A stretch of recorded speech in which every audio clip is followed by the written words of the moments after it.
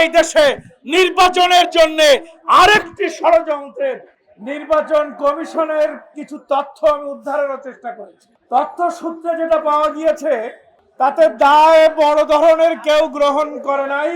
তারা বলেছেন আমরা একটি টেকনিক্যাল কমিটি করে দিয়েছিলাম, এই টেকনিক্যাল কমিটি সিদ্ধান্ত গ্রহণ করেছে কি করতে হবে কি করতে হবে না, তারাই এটা ভালো বোঝে। আমি ওই টেকনিক্যাল কমিটির বিষয়টাও গভীরভাবে চিন্তা করে বোঝার চেষ্টা করেছি। কাজটা তারা কি করেছে, সারা বাংলাদেশে কোথাও কোনো আসন কাটে নাই। 1947 সালে যখন ভারত বিভক্ত করে পাকিস্তান ভারত করা হয়েছিল, তখন রেড ক্লিফ মিশনের পক্ষ থেকে একটা লাইন টেনে দেওয়া হয়েছিল। লাইনের এই পাশ বাংলাদেশ, তৎকালীন পাকিস্তান, ওই পার ইন্ডিয়া, ভারতবর্ষ। এই লাইনে এমন কাম করেছিল, দীর্ঘদিন যারা পাকিস্তানের আন্দোলন করেছে, পাকিস্তানে বসবাস করত, সেই সব ভূখণ্ডকে ঠেলে ইন্ডিয়ার মধ্যে ঢুকিয়ে দিয়েছে।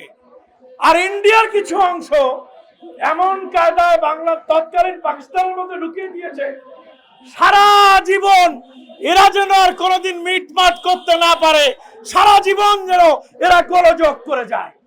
ঠিক সেই কামটি আমাদের এই টেকনিক্যাল কমিটির কোন ব্যক্তি নিজের উদ্দেশ্য থেকে করেছে, যে উদ্দেশ্য বাগেরহাটকে বিভক্ত করে দিয়ে গোলযোগে ঠেলে দেওয়ার নামান্তর বলে আমরা মনে করি। এই জন্য এই টেকনিক্যাল কমিটির টেকনিক্যাল ভুলটি আমি মনে করি ইসি, যিনি প্রধান নির্বাচন কমিশনার, তিনি সহ অন্য কেউ দায় দায়িত্ব না নিয়ে দয়া করে বাগেরহাটের জনগণ এবং নেতাদের দাবির মুখে ন্যায়সঙ্গত যে কাজ সেটি করবেন।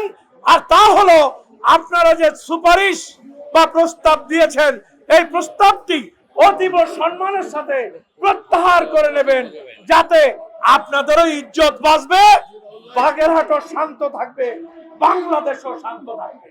এর বিকল্প কিছু করতে যাওয়া এই দেশে নির্বাচনের জন্য আরেকটি ষড়যন্ত্রের ইঙ্গিত বলে আমরা মনে করি।